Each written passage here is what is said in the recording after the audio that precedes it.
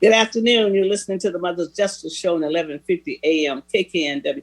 I'm your host here in Seattle, Bellevue area. And guess what? The sun is shining. The temperature's gone down. I think we survived it this 5 or 6 days, whatever it was. I am so happy to get. I'm a Floridian now. I know people saying, "Well, you grew up when it was hot." Well, yeah, but I'm living someplace else now. But I'm happy that we got more cool air coming in today. And I'm a fan of the rain too. So the rainy season will be back. All you people who just hold your jets. Rainy season will be back. And I just love being on the air when I thank the Defenders Association and the Racial Disparity Project for continuing to support us. I want to bring my guest on, Mr. Eddie Rye. He got some news he got some history about Seattle that I didn't know that much about. How you doing, Mr. Rye? I'm doing fine, almost well, Reverend Harriett. I had a bad bout with COVID, and I want to advise everybody, if you think you have to take the test first, don't look like me, take the test and then get the booster and then end up being sick as all get out for 3 or 4 days. So you have to wait like 6 months after you test positive before you get another shot. So I would advise anybody, if you think you have it, take the test. Don't get the booster before you get the results of your test, or you could be in for a hard time. I'm going to let you know from experience. But, yeah, well, I'm glad you put that out there because the CDC never tells you that. So this is a good piece of information. So I'm so glad, number one, that that you're better and you're well enough to come on the air and chop it up a little bit. But so I'm glad that you're better and you're on the good road to recovery. Yes, ma'am. Thank you very much, and praise the Lord. That's all I can say. Yes. Yeah, so I just called, sometimes we have a lot of things to talk about around the nation and what's happening in Olympia. But I think you said you wanted to talk a little bit about the great Bill Russell who passed yesterday. Oh, yes, one of the all-time greats, local guy that lived on Mercer Island for, I guess, the last 50 years plus. And I don't think anybody will ever accomplish his feats. Winning 11 NBA championships in 13 years. And they got a front page article on the Seattle Times today. Okay, I'll have to pick up a paper. Yeah, okay. They quote my friend Spencer Haywood about how he was inspired by Bill Russell. And in that 68 Olympics, a lot of the folks were protesting. And so Spencer got a chance to play as a 19-year-old. Oh. And they won the gold medal. And when Lenny Wilkins got here, that was in 77, 78. As you know, he won the national championship in 79 with Fred Brown, Dennis Johnson, J.J. Johnson, and all those guys. But, Bill Russell's records will never be surpassed as far as I can say. I just can't see anybody winning, especially back in those days, all the brothers wasn't playing. And today, because of the talent, I just can't see anybody ever accomplishing Bill Russell's feat of winning 11 championships in 13 years. And Boston wasn't a very friendly town. No, that's what I was going to say. Because I read the comments that he had to say himself about how Boston was such a racist town and how they called him all kinds of names and also wanted to throw objects and stuff out there with. So he endured a lot. He was almost like Jackie Robinson. He endured a lot. He did. Mm-hmm. And he definitely was involved with, you see the pictures now of him with Muhammad Ali and Jim Brown. Jim Brown kind of fell off when he met with I can't put Jim Brown in the same legacy as I can Bill Russell. Jim Brown was sat up there with Kanye West or somebody meeting with Donald Trump. So that takes a little shine off of his medal right there by him. Yeah. Because Bill Russell was outspoken. As a matter of fact, he just became a recluse because he got sick of the racism. And but he did use his pulpit to combat it, along with Muhammad Ali and at the time Lou Alcindor, who became Kareem Abdul-Jabbar. They were all standing up, and that's something that I think that professional athletes need to continue to do. I know they are living well and making all the money in the world, but the folks like Lenny Wilkins, who really set an example for this area in this country by the work he did with Odessa Brown. The Lenny Wilkins Foundation raised $120 million. And as I told you before we went on the air, the building on Yester and 22nd and the new building on Othello Station need to be named the Lenny Wilkins Ben Danielson Building. because those are the people, along with folks like Mickey Flowers and that Lenny Wilkins group he had, his guild. Those folks raised all that money. And, you know, it was just really sickening to me that the driving force behind that was Dr. Ben Danielson. And for Children's Hospital to do what they did, I will never forgive them. I hope the children get well. With the leadership of Children's Hospital, we need to go somewhere and let Ben Danielson be. But he is doing well. He's at the University of Washington. But he is a person who was a visionary. Is he working as a doctor at the University of Washington? I think he's at the UW Medical School. He might be teaching. Oh, might be I don't know teaching. exactly what it is, but he's qualified to do a lot of things. But yes, I tell you, I won't let this go. That whole thing with Children's Hospital and what they did to the Lenny Wilkins Foundation and the Ben Danielson is unacceptable. And it's really unfortunate. You know, it's my understanding that there are 2 Blacks on the board. And now they went to Denver to recruit an African American to be on the Seattle Children's Hospital board. Because that's what they do, because they do that so that the person can have no attachment. It's a strategy that corporations use all the time. In the early 90s, Microsoft wasn't hiring any local people. They would go all the way to North Carolina to hire people from A&T. Black people brought them back, and they wouldn't hire local Black people. So it's a strategy by the corporation. They do that so the people that they bring in don't have no contact with the local people and can use their resources so they don't leverage their resources here in Seattle for the local community. It's a strategy. But you would think that Children's Hospital would do what's best for children. And obviously they've had all kinds of problems out there, and nobody's been fired behind that mold and having closed down all these, and Ben Danielson's in charge, he take care of that. But, once again, some children need some help.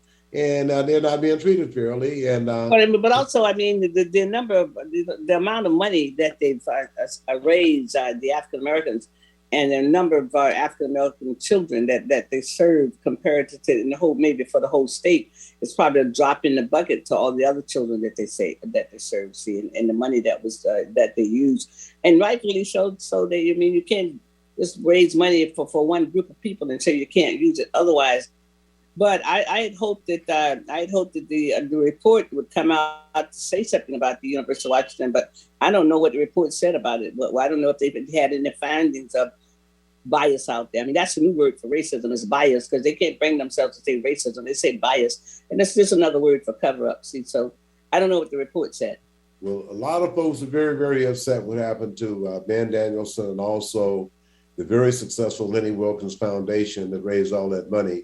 And it's just, that should be just completely unacceptable. But the other big issue, Reverend Harriett, is that tomorrow is the date to have your ballot in. Oh, yes. I would strongly suggest if you don't mail it today, because it might not get there on time. No, you better find a drop boxes. And I'll personally drive up to Grady Way and drop my ballot off. Yeah, I dropped mine off the other day at the drop box. And the Washington State drop box is the most secure voting in the United States of America. And these people are just trying to get something else going, act like it's not. I mean, and then want to have intimidation, talking about, all of this stuff. But I tell you one thing, Mr. Rye, if Black people in this state don't organize against what's coming, I mean, because they're already here, they're working in the police department. I mean, they're working in all of these places. And I didn't know till yesterday, I was talking to some person there. 12 people from Washington, Seattle went to January 6th. Not all of them was police, but 12 people. So somebody from the U, some doctor, some other kind of professional people went. And so you don't know, these are professional people that might be waiting on you when you go somewhere. I mean, you don't know who the name of all those people. So Seattle is it's right now for people to absolutely, they come in with law and order, but they don't come in with jobs and supplies. So they don't care nothing about jobs. And so I think people in this state need to really be vigilant. And also the Republicans put so many people on the ballot, you had to look for the person that you really wanted to vote for. It was all kinds of confusion what they did, because all of those people know they're not going to run anywhere. That was just to add more confusion on the ballot. See? Oh, yeah, exactly. But the most important thing is that our people paid a heck of a price to have that opportunity to vote. And I think we can't take that for granted. And I would strongly encourage. The young people are taking it for granted because they don't see the results. They don't see the results. And so how do you keep trying to improve that, try to include young people when they don't see the results? Biden could have been harder for Black people. I mean, to do something. I mean, all the things that he could have done while he had that chance, he did not do. So how do you encourage 25-year-old Black kids and 25-year-old kids to vote when they're not seeing the results? And like I told my granddaughter, I said, well, you think it's bad now. If you don't vote, I said, you think it's bad now, just wait. You don't want to see what's coming. I mean, so that's a challenge right there. The most important thing is that local elections matter significantly. That's right. And that's why folks the right wing has been going for the school boards and the legislature so they can change things around. So locally, people, no matter what Biden is doing, you have a local situation where you can have an impact and you have a voice. That's what I told her. I encourage you all to use your voice and to get involved. If you don't like the way something's going, get involved and change it. That's the best thing to do. But that's what the system is. See, it's nothing permanent in this system because of the permanent system, we'd still be in Jim Crow. I mean, Percy Ferguson would have never, people coming to me and crying about, Roe v. Wade. I said, well, you know what? On the flip side of that, if it was a permanent system, we would still be in Jim Crow. I said, but they started working on something. They knew it would take a while. It took them 40 years. It took us 100 years to come out of Jim Crow. At least they made it 60 years sooner than what we did. Okay. One of the things that we really have to look at too is that they're so hypocritical because the same people who are pro-life don't want to take care of the babies and the mothers when they're born. Or buy formula for them. Exactly. I'm just saying. So it's really hypocritical for you to sit up here and say you're pro-life, and once the baby is born and the mother needs some formula, they can't get it because of your right-wing policies. But they've never been pro-life. They just pro-control. They want to control the woman's body. They want to control everything. And woe for the women who keep going down this road. Woe for them. I mean, because even the women who voted for, who agree with this, I mean, what happens to them if they have an ectopic pregnancy or they have extreme issues around the pregnancy, and so the husband is going to say, it's nothing. In these other states, they're just going to let the woman die, and that's why you have the abortion. That's why it was on the book, because women were dying across America, and I think that this is what maybe they want to go back to. But it's women got to stand up. And let their voice be heard, especially the younger women have to stand up. But Mr. Rye, I'm so glad that you're feeling better. And I know, I called you the other day in a panic before I get off the phone, before I let you go. I said, Mr. Rye, I said, I missed the March on Washington. Did we have it? Did we have it? And you said, and you said, no, it's next month. Yeah, and August 28th. Okay. And then it's August 28th. Yeah, and the 59th anniversary. Oh my goodness. I said, oh my goodness. Mr. Rye. So thank you for letting me know that it's next month. We didn't miss the March on Washington commemoration ceremony. So I want to thank you for that and letting me know that I could cool my jets. You continue to get well, and I'll be talking to you soon. Okay, thank you very much, Reverend Harry. Appreciate you. All right, thank you. You listen to the Mother's Justice Show on 1150 AM KKNW. I'm your host, Reverend Walden. We'll be right back, and I bring my next guest on. Thank you. The Public Defenders Association's Racial Disparity Project is proud to sponsor the Mother's Justice Show in partnership with Mothers for Police Accountability and other community allies. The Racial Disparity Project fights for police reform and helps to increase understanding that issues of addiction, mental illness, and homelessness can be better solved through public health strategies than through law enforcement. The Public Defender Association Racial Disparity Project, reducing racial inequality in the Seattle King justice system since 1998. Hi, I'm Dr. Shelley Flace with today's tip for kids from the American Academy of Pediatrics. Kids are full of energy, but keeping them active in their teen years can be a challenge. Aim for an hour of physical activity every day. If they like sports, that's a great place to start. Keep the focus on fun, not winning, and encourage your child to do a variety of activities. If your child isn't meeting that 60-minute goal, gradually increase their activity in ways they enjoy. For more, talk with your pediatrician or visit healthychildren.org. Hi, this is Dr. K. Mahina Intron, inviting you to tune in on Mondays on 1150 KKNW at 5 p.m. to Dr. K's Attuning to Your Abundance, where we honor everyday abundance through positive messages, poetry, music, affirmations, and writing exercises. For more information, contact Dr. K Workshops at gmail.com or Facebook, Dr. K's Abundance. Wondering what's on next on Alternative Talk 1150? Check out 1150kknw.com. Good afternoon. You're listening to the Mother's Justice Show on 1150 AM KKNW. I'm your host, Reverend Walden, and it is a lovely day to be on the air. And I want to thank all our supporters for supporting us. I want to bring my next guest on. He's in the great state of Tennessee right now. His name is Bockarie Jombor. And true transparency, he is a cousin. I like interviewing my family, and it's okay, because sometimes it's a family affair. How you doing? Doing well, family. Thank you for asking yourself. I'm good. I mean, we've had some hot weather out here. I mean, and we're like the West Coast, the Pacific Northwest is not used to a consistently hot weather because we always got a breeze coming somewhere. We got a little breeze today. It's cooled down. And, a lot of people, the people who believe the world is flat don't believe in global warming. And you got a lot of flat people. They believe that if you sail, that you're going to fall off the air, so the people who believe the world is flat is really told a lot of things. And so, and also the people who believe in the rapture, because they believe that, if things are bad enough, the Christ is going to come and get them and leave all us here. Yeah, they're going to get raptured out. I said, okay, just like my Hiram did, bless his heart. He laid down and took his last breath.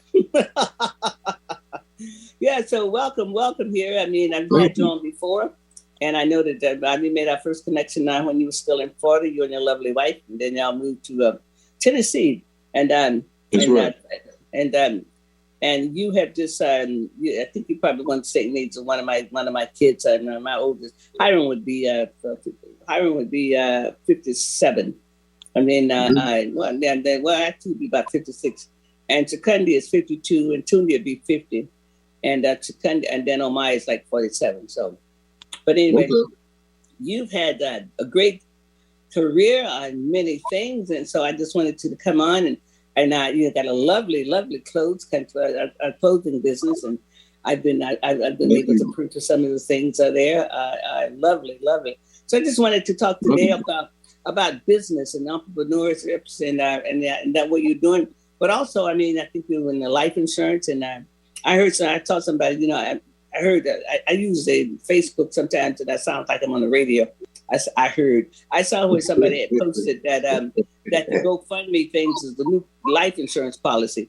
And then somebody said, that's because people don't have life insurance. But I see that you also sell life insurance. So the floor is yours. We got a little time to talk about who you are and what you're doing and how you like where your new home is. And also if you went to the family reunion this time. I didn't go, but it looked like it's wonderful. Oh, I didn't make it either this time, because no. But yes, like you said, I'm Bockarie Jombor. I am in the life insurance advisory space. We really don't like to say sell. What I do is I present families with the opportunity for them to create and to transfer wealth via life insurance. And as you stated earlier, unfortunately, a lot of us are not educated about it. We don't like to talk about it. Who does like to speak about losing a loved one? So it's understandable. Nevertheless, it's a necessary dialogue that we have to have because unfortunately, we have a lot of examples of what happens when our estate affairs are not in order. There was a comedian by the name of AJ, who his wife was soliciting for funds to be able to bury him. And this gentleman was making at least 6 to 7 figures before he transitioned.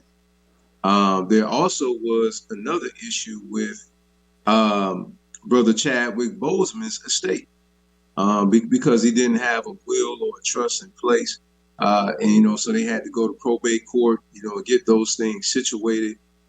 So with that being said, it's very important for us to have these various financial tools to be able to help us to protect our assets. And so what I do is I teach people about the gain, sustain, grow, and protect strategy. Because many of us, we know how to make the money, but people, they blow the money. And some people make the money, they don't know how to grow the money. And then others now to gain, sustain, grow, but they're missing the protection piece. So we hit the all-inclusive piece as it relates to the wealth. Wow.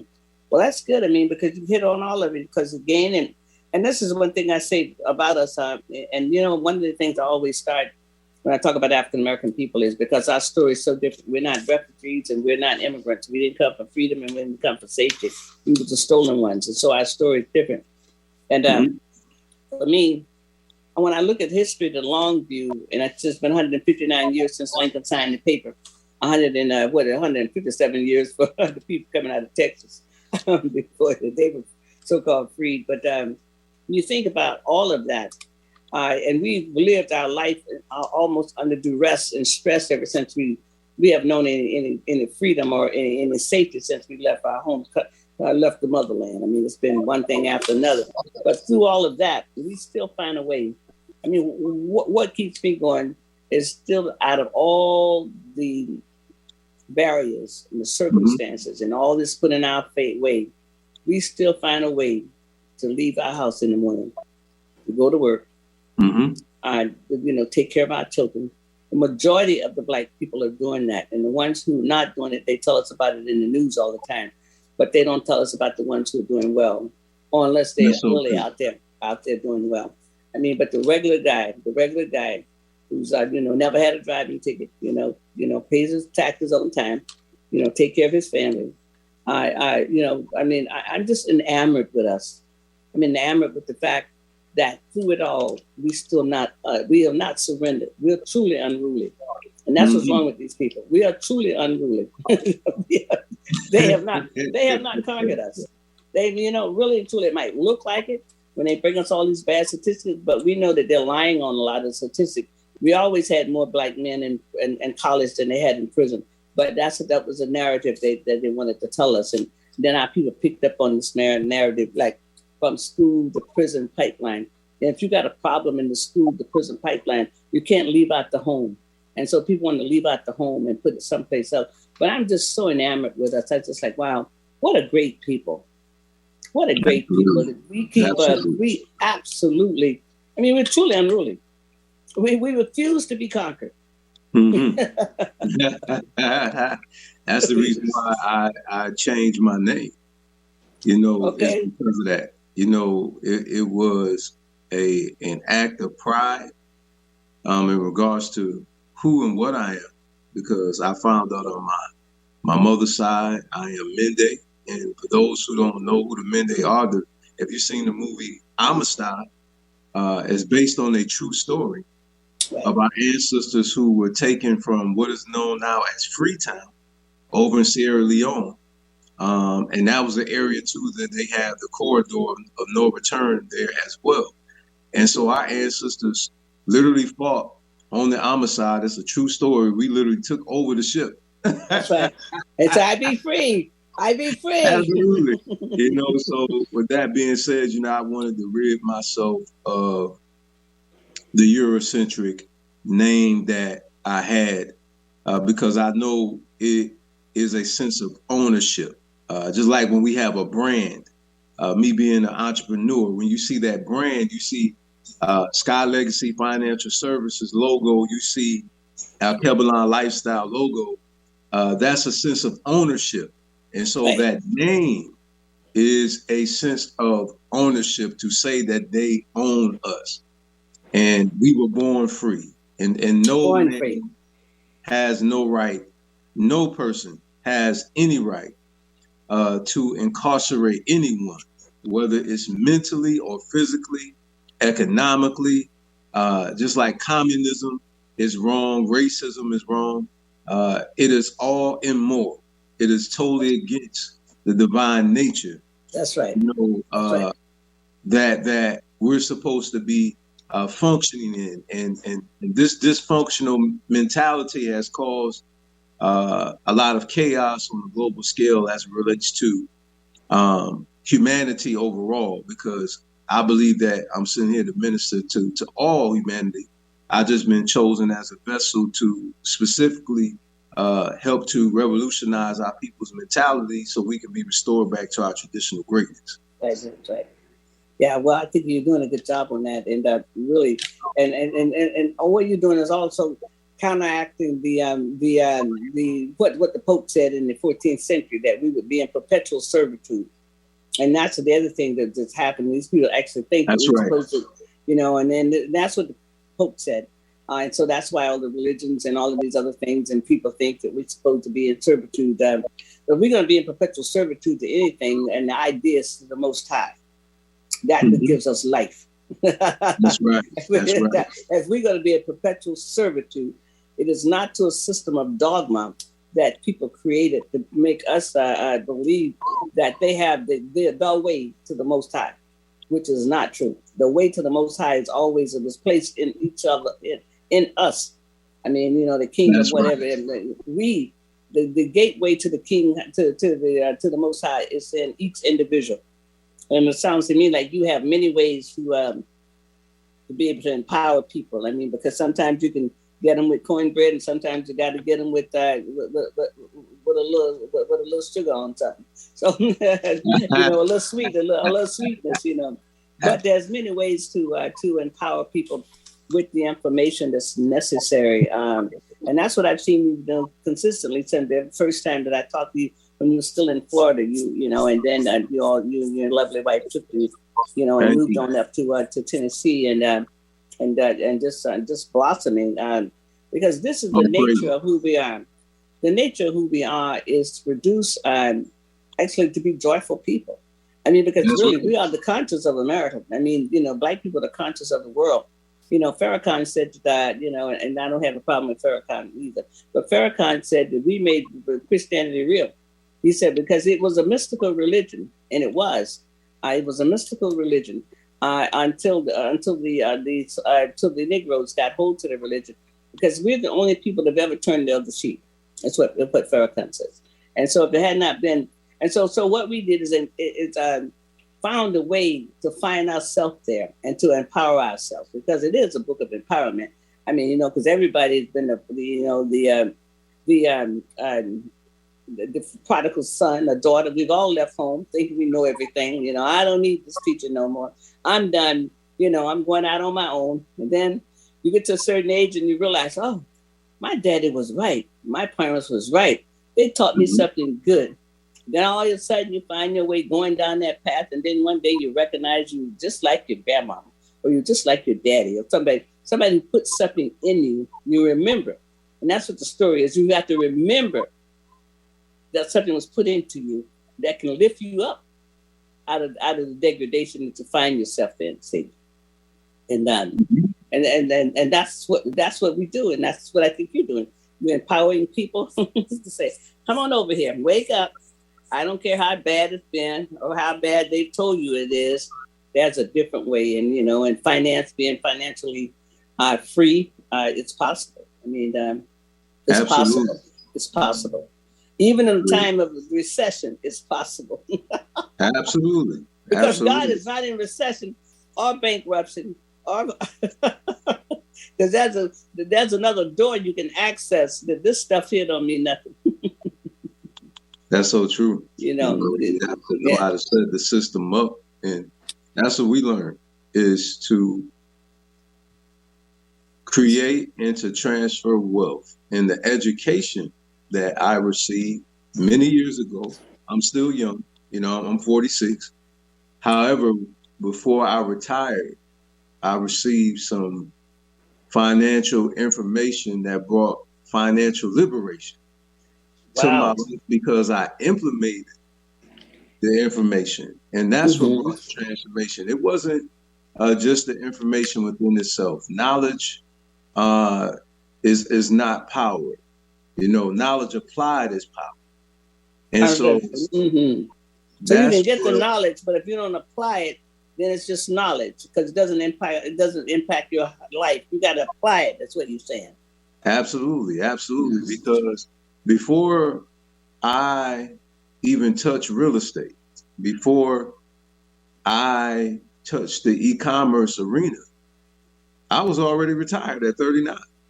and it's because I learned, how to discipline myself, and I learned how to put my needs before my wants.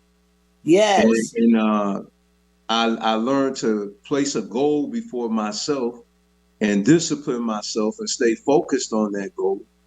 And I learned how to stop being materialistic, being realistic, and said to myself, if I continue to spend and if I only just save, I will never create wealth. We have to learn how to save with a purpose.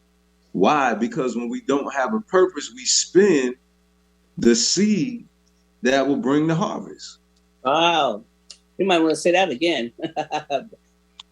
If we don't save with a purpose, we'll spend the seed that will bring the harvest. Right. And that's what happens when money sits there idly. It's not making you any money. Money is supposed to make you more money. Money is a currency, just like the current. It flows. A current flows. It's supposed to flow. And when you invest in the right asset, it will empower you to be able to grow your monies and help you to be able to create wealth when you learn how to invest in the right assets, like real estate. Right. Which hold your point, just 1 minute. I have a friend, she's about my age, and she said her economic teacher taught them many, many years ago that the only wealth in America is real estate. Real owning property, real estate. When you own property, at least you own something. So, she said that was a really valuable life tool that she got in high school. And so she, was able to buy quite a few pieces of property. I mean, so just to say it, and then the way you just said it, real estate. That's right. Yeah. My wife was able to literally come off of her job. She transitioned from being employed to being self-employed because of real estate. Right. So real estate makes becoming wealthy real. Yes. Real estate helps you to become a person that has economic power. You have certain tax breaks when you are in real estate, right? It's also an asset that is transferable. So now we're talking about generational wealth now. It's transferable. The asset can stay in the family as long as the family holds on to that asset. You're talking about land. And some people, they have a Land Rover, but they don't own any land. Yeah. Yeah, well, you know what? There's a disconnect for us, and I think it's a part of our trauma that has not been healed, is that there's a disconnect from the land, because at one time, Black people owned a lot of land. And a lot of that land was stolen from them in many places. And then so there's that. There has to be some kind of ritual about coming back to the land and understanding that the land is for us too. Because in so many places people run off their property, and people didn't just give up the thousands and thousands of acres that was taken from Black people. They didn't just all walk away and leave it. They were either burned out, ran out, and all of that stuff. So you have all of these. From Florida, you had Rosewood, and all these other places in Florida where people were burned out. And some of them, they've never had any resolution to it. So you got all this other stuff, and so therefore, young people, unless they're trained early to fall in love with the land, whether it's gardening or whatever, have some kind of have some kind of thing, even if they just plant a little tomato seed or whatever. I mean, to find out that the land can be a gift to them, you know, and not just payment. And I don't just have to have payment and, you know, just going to the store to buy that tomato, you know, I mean, but they can learn how to plant that one seed. And so I think also the younger generation is that somehow we have to have some kind of ceremonies, something for them to come back to the land and understand that milk just doesn't come from Safeway. It comes from the grocery store. Absolutely. I love what you said. I definitely love what you said. And, we have to understand that a home, if you know how to use your home properly, this is the reason why home ownership is so important. The landlord, and we know because we're landlords, the landlord being the lord of your land, it puts you in a position of power because you have equity in that house. Right. You know, so the equity is, you know, the monies that you gain from the appreciation, meaning the increase of the value of your home. And when you know how to utilize the equity in your home, when you take the money out of that home, it should be to reinvest that money. That's right. And not so, to pay off a credit card. Not to pay off the credit card. You know, it could be a home. Even a business is an asset. If it's structured properly, the business can grow. And even some people literally grow businesses and they sell businesses. Right. You know, and so it's a business is an asset. It grows in value, right? And so you're able to take that business now and you're able to employ your family members, your immediate family, and you're able to employ the community, and you're able to create a safe space where we can come and be in a wholesome environment to where we can be unapologetically ourselves. Right. And that gives us leverage. That gives us leverage because now we have cooperative economics. The dollars are circulating in the community because we are employing our own. And when we put stores in our community, we get into the franchises like the Shells, and you start purchasing these gas stations and you put these gas stations in the community and then you hire your own people. It's more to cooperative economics than just shopping with each other. Well, you know, we also have to share our intellectual property that is financial, that is going to position our families to be able to transition from poverty to prosperity. Right. Every time I hear about cooperative economics, it's always an exchange of currency for goods. But rarely do I hear exchanging currency for intellectual property that's going to empower them to get property. Right. And to be able to have the information they need, such as investing, like we're talking about, assets, learning about credit, learning how to leverage your credit, learning, not to overspend on your credit card because now it takes points away from your credit. Learning how to, if you do maximize your credit card, knowing to pay it off 14 days, 7 days before the statement comes so that your credit score won't be impacted. Learning that you can go through a company like Experian and then you can put your bills on there that you're paying and it help your credit score go up, right? Paying your electric bill, paying your cell phone bill on a boost program with Experian can help your credit score go up, right? Learning how to separate your business credit from your business. Learning these things, learning how to set up your business properly. The reason why a lot of us get denied as well is not only just because of our ethnicity, it's because we don't have the required documentation and we don't have the proper structure as it relates to funding, right? a lot of us are not bankable, right? And this is what hurts us. Right.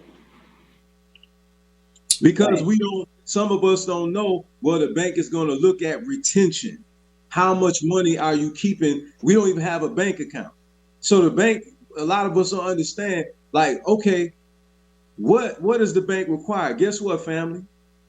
The only thing you have to do is literally call the bank and ask the bank, what are you looking for to fund a business? Why would the bank want to do this? A bank that doesn't care about the only thing that they care about is the color that's green. They don't care about the color of your skin. We talking about a bank like that.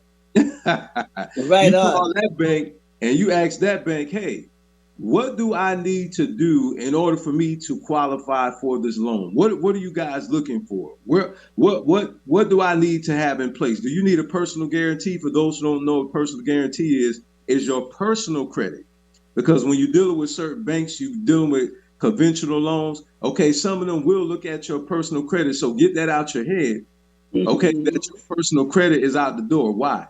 Because when you're dealing with what people say OPM, which is other people's money, which is a private money lender, which is like an angel investor, okay, you must understand they don't know you. So in certain cases, they will look at your credit to see whether or not you're creditable. So keep in mind, look at your credit as it's your credibility, right? You know, so we have to understand this. And a lot of us, we don't have our businesses registered with the state. A lot of us don't have an employee identification number, which is free, by the way. And we don't understand that is what you use to get your business credit. You have to go to Duns and Bradstreet, taking your EIN number to Duns and Bradstreet to get you a free Duns and Bradstreet number. Mm-hmm. Okay, for you to be able to deal with business credit companies like Granger and Uline. Okay, just for an example. Okay, so you can start building that business credit, dealing with Home Depot and dealing with your Sam's Club cards and things of that nature, getting you a gas card in your business name. And this is how you get away from your personal credit. What happened is a lot of us, we exhaust our personal funds, and a lot of us, we go out of business because we've been trying to sustain our business with our own personal cash. Yeah, I understand that one directly. Yes, I understand that one. Yes. So with that being said, it's important for us to learn how to leverage our businesses and to be able to get business credit so we can get the working capital so we can be able to pay our employees, so we can keep up with our products, you know, and to be able to fund our businesses properly to where we can scale our businesses up to where we can start hiring people. All those things sound good. But if you're not profiting enough, meaning after all of your expenses, if you're not profiting enough, you won't be able to put anybody on staff. Right. And this is why it's so critical for us to be able to understand how to grow, how to scale the business, how to grow the business to the point where we're able to do these things. So we want to grow our businesses to where our businesses will fund our business and personal expenses. Right. Why we want to do that? Because now that money that you were paying on your bills, now your business is paying for it, and now you have what?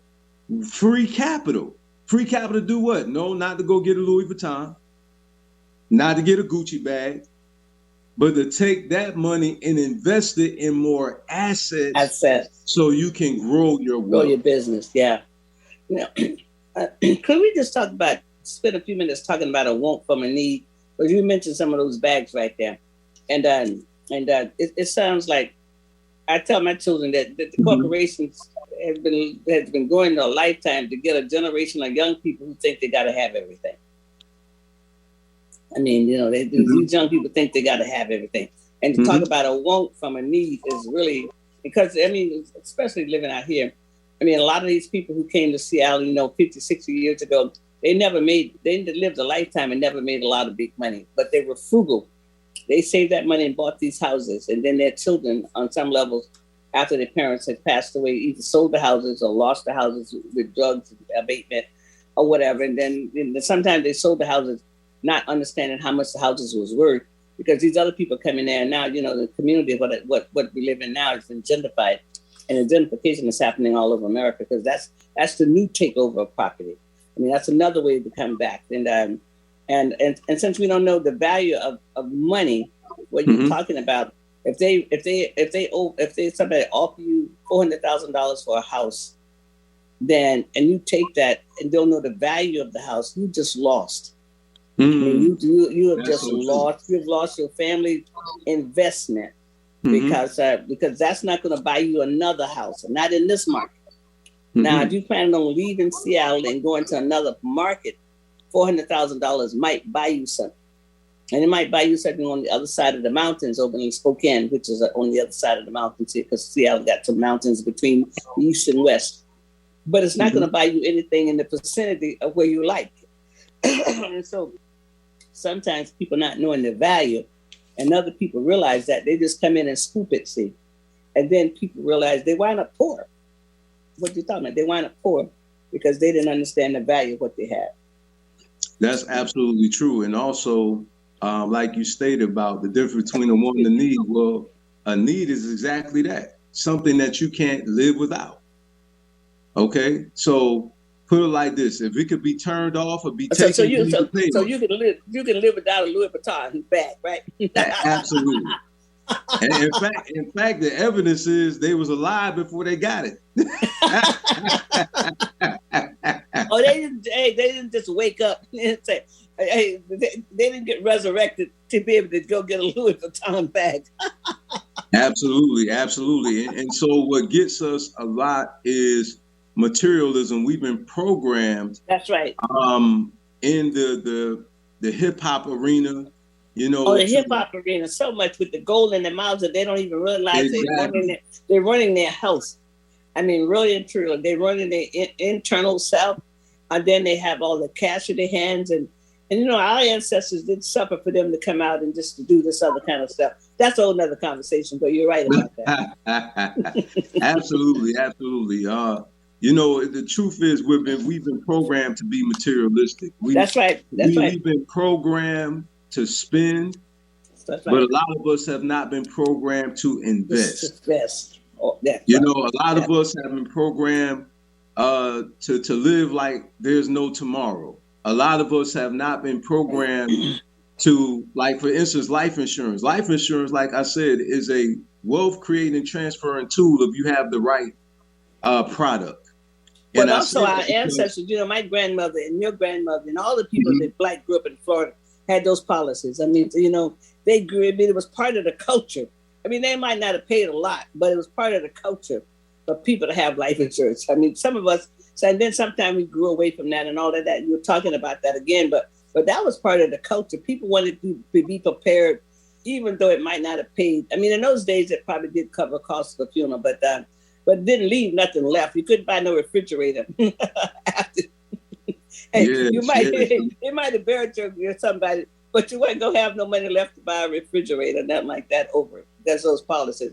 But they made the preparations that some of us have walked away from, because they set the good example, most of them. And they, you know, those 10 cent metropolitan life policies came in. So the insurance man knocking on the door, you know, and all these kinds of things. And so I really appreciate what you're talking about, because it's in our culture. I think some of it just walked away from it, that we don't remember that our grandmothers or our great grandmothers always saved that little bit of insurance money, so they would have that money, you know, to do that. Even if they were renting or didn't have so-called a lot of prosperity, they did take care of that piece. Yeah. And that's something that, of course, has to be taught, because as we all know, you don't think about something that's not instilled in you. You know, I pull out my wife's chair because that's what I've been taught. Right. So I've been educated about that. So my actions is the result of what I've been indoctrinated with. So with that being said, you know, we have to get back to understanding that if we want to move away from the GoFundMes, right, You know, if we want to move away from doing all the fundraisers like frying chicken and fish fries and all those things like that, then we need to prioritize. And this is where financial discipline comes in at. We have to focus on what's most important. Why you have all those cable channels and you're not watching them? So you say, oh, I can't afford life insurance. Oh, actually you can. When you start minimizing those expenses, that's not necessary. Not necessary. Right? So you minimize those unnecessary expenses and you put a necessary expense in place in order for you to be able to create and transfer wealth. And a term policy will help you to do that. The permanent life policies are like the Rolls Royces, if you will, of life insurance, right? They're the ones with all the bells and whistles. For those of us who have vehicles, we know that you have a baseline and then you have the premium package. That's right. That's right. You know, that's right. So term is like the baseline, and I'm not knocking term because if that's what you can afford, then you do that. But because at least you have something in place where it can help to defray the cost once you transition, and when you're the breadwinner, it can help to supplement the income that's not coming in anymore.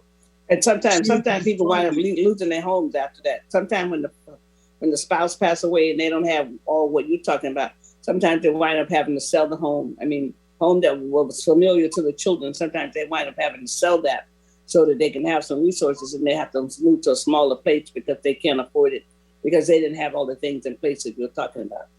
Absolutely. And then the beautiful thing about permanent life insurance is that it's without the lesser, if you will, financial strain, because with a term, every time you renew it, you have to renew it at your current age. And the older you get, the more expensive it is. Right. One thing good about a perm policy, is that it's permanent. So whatever fee you're paying right now, it stays there. I know some people have some bad situations with certain companies. I get it, I understand, but with our company, I've been with this company for years. Okay, and my actual premium has not went up at all. Okay, and so that premium, you'll pay that for 120 years with a certain policy. With a whole life policy, you'll pay it for 100 years, right?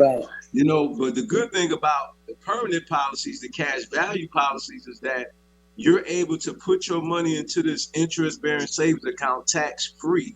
You're able to grow your money literally tax-free according to tax code 7702A. And also you're able to enjoy the money while you are alive. Right. So it's called life insurance, you know. So with these policies, you can enjoy your money while you are alive. You're able to get a loan against the money. You don't have to pull the money out. The money stays in there and it keeps growing, and you use it to invest and keep growing your money. You know, and additionally, you're able to leave an inheritance for your family. That's how some people, I mean, that's a lot of ways how our community and some of the poor Appalachian communities have been lifted out of poverty, is because somebody died and had a reasonable insurance policy that somebody could go to school or get a trade. Because, people don't get out of poverty by themselves. They have to be lifted up. And so what you're talking about also can help lift people out of poverty. Absolutely. Yeah. And this is what helped my wife and I position our family. We got about one more minute now. So before we go, could you tell people how to get in touch with you? Sure. Sky Legacy, that's SKY, Legacy, LEGACY, Financial Services.com. All right. Well, I tell you, it's been really interesting and informative, cousin. Always love to have you on, and I know you got several businesses going on. So in another time, we'll talk about some of the other ones you're going to, because you're a serial entrepreneur. That's a great way to use that word, right? Because you're trying to bring it back, because they use that word for other things that's not life-giving. So this is uplifting people's lives. So thank you so much for being on Mother's Justice Show, and we'll be talking, all right? All right. cousin. Thank you. You listen to the Mother's Justice Show on 11:50 a.m. KKNW. I'm your host from Walden. I'll be back next week. Thank you so much for listening.